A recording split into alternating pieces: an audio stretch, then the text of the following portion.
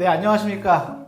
어느덧 2024년도 이제 10월이 되었습니다. 석 달이 채 남지 않은 2024년 이제 연말을 준비하고 계실 텐데요.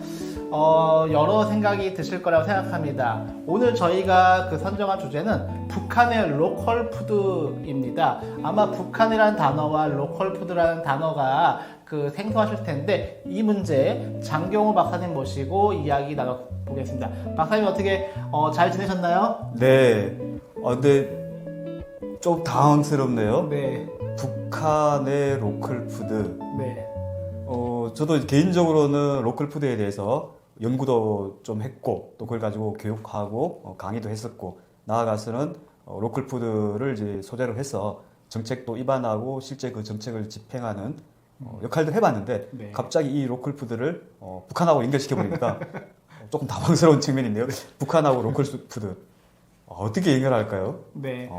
지금 우리 대한민국에서는, 한국 사회에서는 로컬 푸드가 상당히 좀 핫 이슈잖아요. 이제 여러 원인이 있죠. 뭐 환경 의제, 그리고 이제 기후 위기 의제 등등 여러 의제에 의해서 로컬 푸드가 이제 전국적으로 많이 좀 회자가 되고, 지금은 이제 지자체에서도 서로 로컬 푸드에 대한 경쟁이 일어날 정도로 핫한 이슈인데, 북한에서도 알고 보니 오래전부터 로컬 푸드를 시스템을 적용하고 있었다라고 하는 것을 최근에 알게 되었습니다.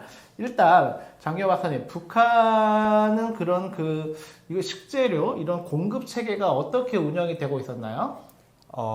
이제 우리가 이제 일상적으로 매일 먹어야 되는 것이 네. 식량이죠. 생존을 위해서는 반드시 식량을 이제 필요로 하고, 또 그 식량의 가장 이제 기본은 곡물이죠. 네.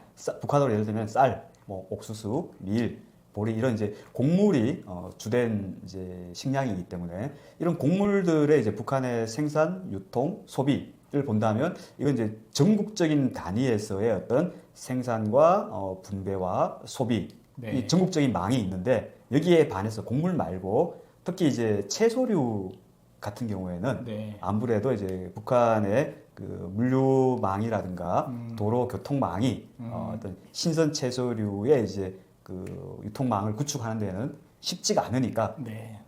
대체로 이제 채소류들은 자기 지역에서 생산해서 자기 지역에서 소비하는 그런 형태들을 많이 취하고 있는데, 이게 이제 로컬 푸드식으로 말하자면 일본에서 유행하고 있는 이제 지산지소, 우리 지역에서 생산해서 우리 지역에서 소비한다. 그게 이제 지산지소. 이게 이제 로컬 푸드의 한 유형으로 많이 이야기를 하는데, 아마 그렇게 본다면은 북한에서의 채소류의 생산과 소비가 로컬 푸드와 굉장히 닮은 유사한 형태가 되는 것 같습니다.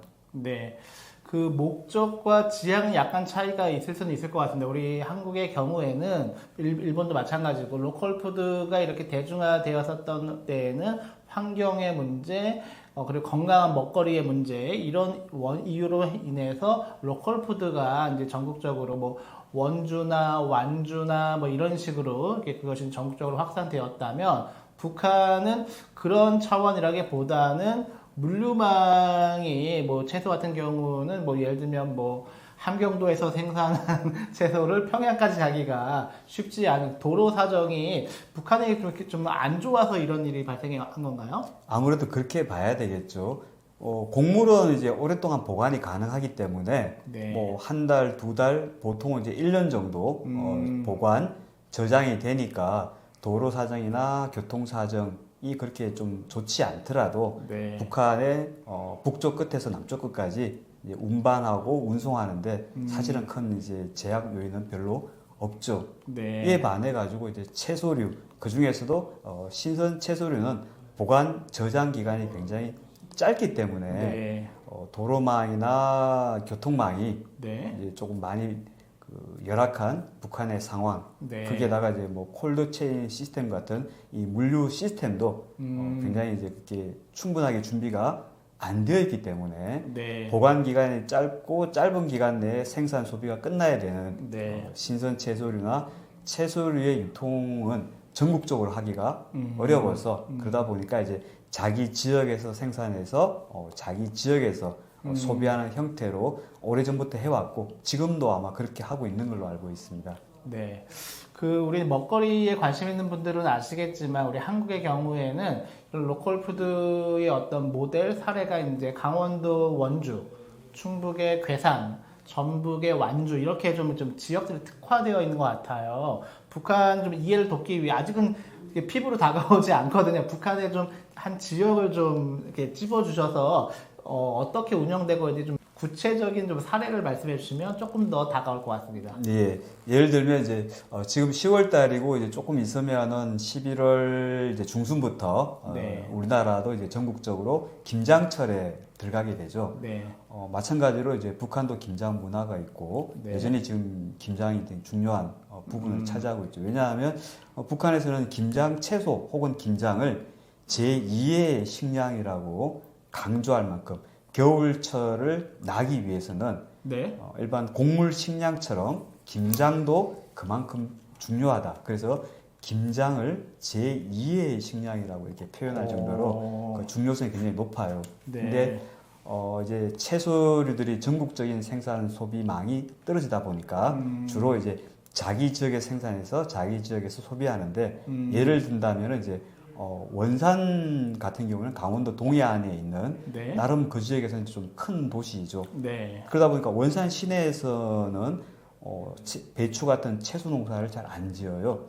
또 원산 일부 시내에서는? 텃밭으로 하더라도 네. 그건 뭐 자기 집에 있는 식구들이 조금 먹을 수 있을 정도이지 원산 시민 전체가 김장을 담그는데 필요할 만큼의 충분한 배추나 네. 무나 또는 그 고추, 마늘 같은 양념 채소들을 자기들이 시내에서 재배하기는 불가능하거든요. 네. 근데 김장 겨울철 김장은 제2의 식량이니까 원산 시민들도 제2의 식량인 김장을 해야 되잖아요. 네. 그러려면 그 김장에 필요한 이제 주재료 배추, 무, 뭐 고추, 마늘, 양파 같은 이런 주 재료들은 원산시 인근에 있는 협동 농장들이 또 많이 있죠. 네.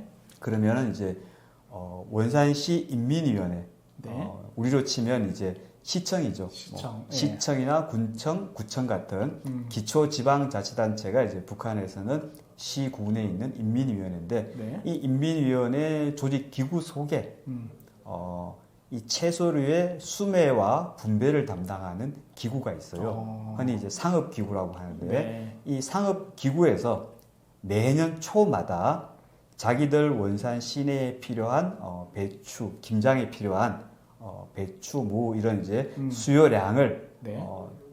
추산해서 계산을 해서 그 양만큼을 네. 원산 인근에 있는 협동농장하고 계약 재배를 합니다. 아. 이제 원산 인근에도 보면 뭐 안변, 통천, 좀 더 남쪽으로 내려오면 뭐 고성, 좀 더 올라가면 거기도 여러 이제 군들이 있고 네. 그 군에는 대규모 협동농장들이 다 있기 때문에 네. 그 협동농장들 한 개가 아니라 몇 개의 협동농장하고 한 개 협동농장마다 각각 정해진 수량을 네. 정해서 이제 계약을 하죠. 그리고 이제 그 겨울 김장철에는 이제 배추나 무를 다 수확하고 나면 김장에 필요한 물량들을 사전에 연초에 계약했던 대로 원산 시내로 다 가지고 와서 그 다음에 이제 원산 시내에 있는 곳곳에 있는 뭐 구경 상점이나 협동조합 상점 혹은 뭐 요즘에 이제 그 개인 사슬 상점도 있다고 하니까 이 상점망에다가 이제 깔아놓고 그 다음에 이제 그 원산시에 있는 시민들이 각각 정해진 양을 만큼 표를 가지고 와서 거기서 이제 상점에서 배추 몇 포기, 무 몇 개, 마늘, 고추 이런 것들을 이제 받아가는 방식이죠. 그러니까 어떻게 보면 자기 원산 내에서 생산된 건 아니지만 네. 원산 바로 지역 인근에 있는 지역에서 생산된 김장 채소의 원재료들을 다 이제 생산해서 소비한다고 하면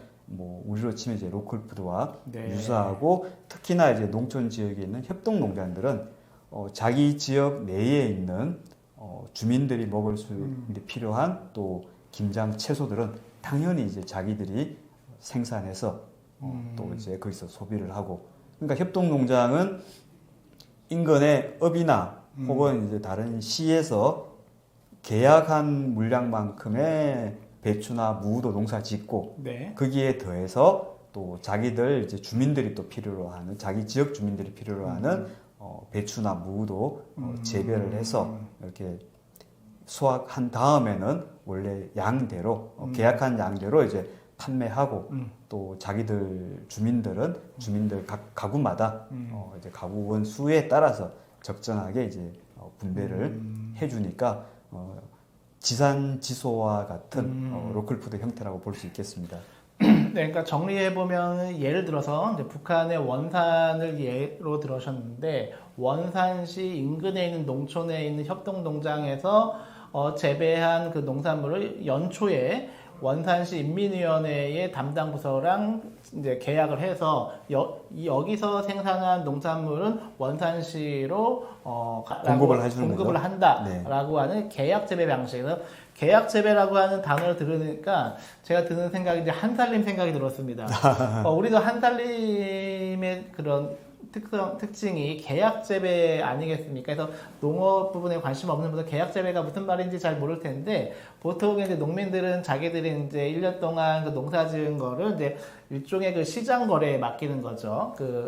한다면 한살림과 같은 곳에서 계약 재배는 연초에 아예 딱 한살림과 계약을 하는 거다.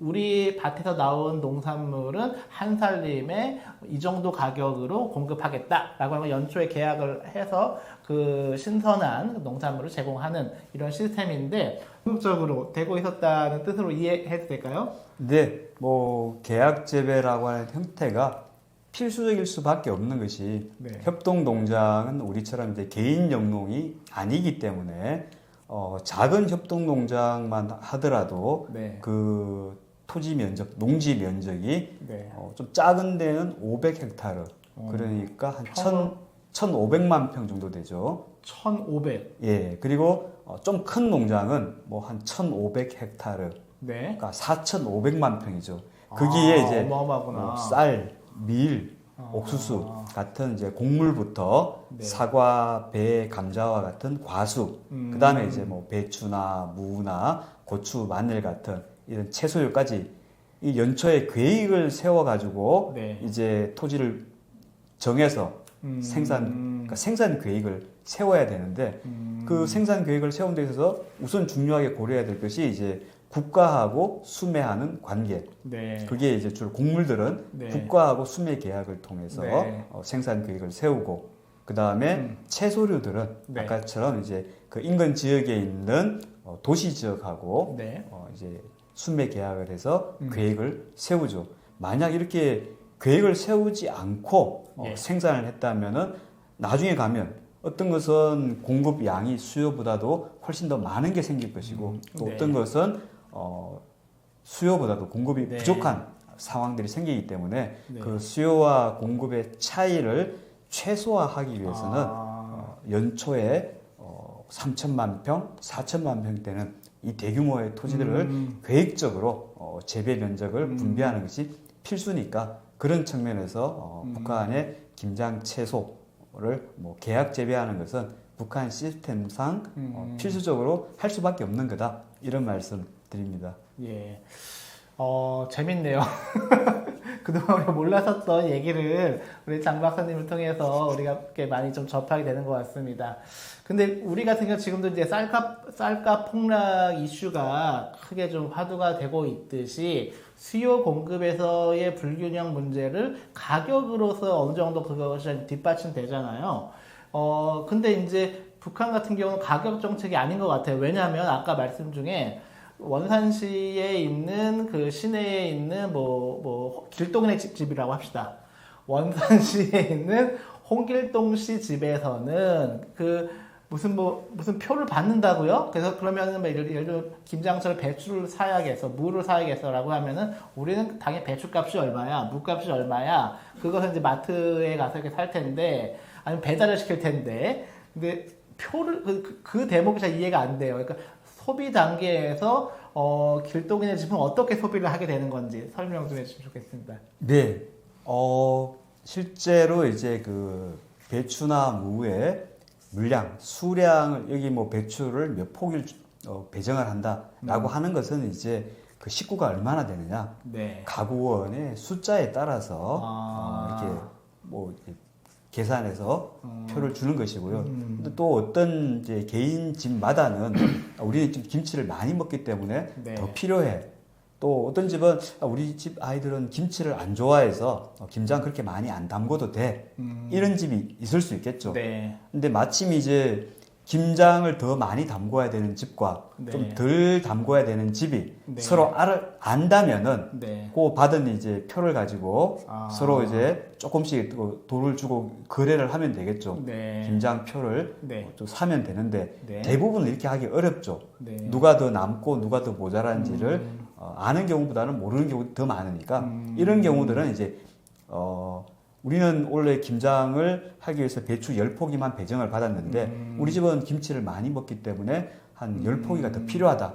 네. 이런 경우에는 최대 20포기가 필요한데 네. 10포기는 이제 배정받은 물량대로 구매를 하고 상점에 가서 구매를 하고 네. 모자라는 10포기는 추가로도 구매를 해야 되는데 네. 이럴 때 이제는 상점이나 시장에서 구매를 하게 되는데 중요한 건 가격이 서로 다릅니다. 북한은 네. 그 수매를 통해 가지고 분배를 해줄 때의 가격하고 네. 일반 시장에서 이제 우리가 마치 시장에서 마트에서 물건을 하듯이 네. 이렇게 시장에서 물건을 살 때의 가격이 네. 서로 다릅니다. 아무래도 수매해서 분배하는 것은 북한 주민들의 이제 생활이나 삶의 질을 고려해서 가격을 굉장히 낮게 공급을 하고 네. 그 외에 이제 모자라는 물량을 추가로 더 시장이나 상점에 가서 구입을 해야겠다라고 하면 그때는 가격이 좀 높죠. 이런 이중 가격이 대체로 쌀도 그렇고 채소류도 대체로 그렇습니다. 그러니까 기본적으로 제공하는 농산품은 저렴하게 국가가 제공하고 더 필요한 부분은 좀 시장에서 좀 가격이 비싸게 이렇게 구입해야 한다. 그러니까 모든 농산물을 국가가 다 공급해 주지는 않아요. 네. 그러니까 주로 이제 식량이죠. 아까 네. 말했듯이 제1 식량이 이제 쌀, 옥수수 같은 것이니까 이런 부분들은 이제 국가에서 싸게 배분을 해줘. 분배라 그러죠. 네. 분배가 되고 개별 가정에 따라서 더 필요하면 그때는 이제 시장에 가서 높은 가격으로 네. 이제 구입을 해야 되고 또 두 번째로 이제 분배되는 농산물이 아까 말한 김장, 네. 채소가 있죠. 배추나 무 같은 이런 네. 이제 김장 채소들은 이제 그거는 국가가 아니고 지방자치단체 시군 인민위원회가 수매해서 분배를 하는데 이건 역시도 개별 가정에 따라서 남을 수도 있고 모자랄 수도 있으니까 모자란다면 시장이나 상점에 가서 조금 더 높은 가격을 주고 이제 구입을 해야 되겠죠. 이런 차이가 있습니다. 예, 오늘 저희가 이제 북한의 로컬 푸드에 대해서 함께 이야기 나누고 있는데요. 북한이 처해진 상황에 맞게끔 지산지속 로컬 푸드를 오랜 기간 운영하고 있었다는 이야기를 나눴는데 이 이야기 하다 보니까 제가 불현듯 생각나는 나라가 쿠바입니다. 쿠바 같은 경우도 북한처럼 오랜 기간 경제 봉쇄를 당하다 보니 어쩔 수 없이 그 쿠바 안에서 자급자족해야 했고요. 그래서 유명한 게 쿠바의 의료 시스템이 유명하고 두 번째 유명한 게 쿠바의 그런 그 친환경적인 그 농산물 생산 방식인 것 같은데요. 쿠바도 북한처럼 좀 비슷한 그런 경우라고 이해하면 될까요? 비슷한 측면도 있고요. 네. 조금 다른 측면도 있습니다. 쿠바의 특징은 이제 도시 농업이라고 봐야 되겠죠. 쿠바는. 네, 식량 문제가 여전히 있는데 쿠바는 알려지기를 농지가 굉장히 풍부한 나라입니다. 네. 땅이 많아요. 농사 지을 수 있는 땅이. 그래서 그 협동농장이나 구역농장에서 곡물을 생산해서 재배하는 데는 별 문제가 없어요. 다만 이제 그 채소류나 과일류, 과채류 쪽이 이제 문제가 되니까 네. 이쪽은 이제 그 도시 지역 내에서 해결을 해야 되는 거죠. 네. 그러니까 이제 하바나라든가 이런 도시 지역 내에서 빈 땅에다가 거기를 이제 흙을 새로 개량을 하거나 좋은 유기농 토양들을 외부에서 공급을 해서 도시 지역 내에서 빈 공터가 있으면 거기에서 이제 주로 과채류들을 재배를 해서 시민들이 이제 먹는 방식이니까 뭐 로컬 푸드, 유기농 뭐 이런 측면이 있을 수 있고요. 다만 이제 곡물은 기본적으로 대도시 바깥에 있는 전국의 산지에 있는 대규모 농장들에서 공급이 되니까 쿠바의 특징은 북한하고 좀 비슷한 측면도 있지만 도시 농업을 통해서 도시 구역 내의 빈 토지에서 과체류들을 주로 이제 재배해서 자급하는 방식. 이게 이제 북한하고 조금 차이가 있는 방식이라고 볼 수 있습니다. 근데 이런 것들에 대해서 자꾸 이제 로컬 푸드라는 표현을 저도 하다못해 쓰긴 했는데 네. 이게 우리가 알고 있는 이제 이 자본주의 사회에서 시장 경제 사회에서 그동안 많이 써왔던 이 로컬 푸드 개념하고 얼마나 이게 맞는지 안 맞는지는 지금도 잘 모르겠네요. 이건 조금 더 고민하고 연구를 해봐야 될 주제 같습니다. 아마 제가 알기로는 북한의 로컬 푸드 주제는 저희가 처음 다루는 것 같습니다. 어디에서도 이 주제에 대해서 이야기 들어본 적은 없을 것 같아요. 저도 당황스러워요. 북한도 나름 연구했고 로컬 푸드도 연구했는데 이 두 가지를 겹쳐가지고 연결해서 네. 이야기해본 건 오늘이 처음이기 때문에 네. 굉장히 좀 당황스러운데. 앞서 말씀 중에 북한의 경우에는 김장을 제2의 식량이라는 표현을 쓰셨어요. 근데 얼핏 생각하기에는 제1은 쌀일 것 같고, 주식 쌀일 것 같고, 제2는 옥수수나 감자 정도가 아닐까라는 게 저의 개인적인 생각인데, 왜 김장을 제2의 식량이라고 지칭했을까요?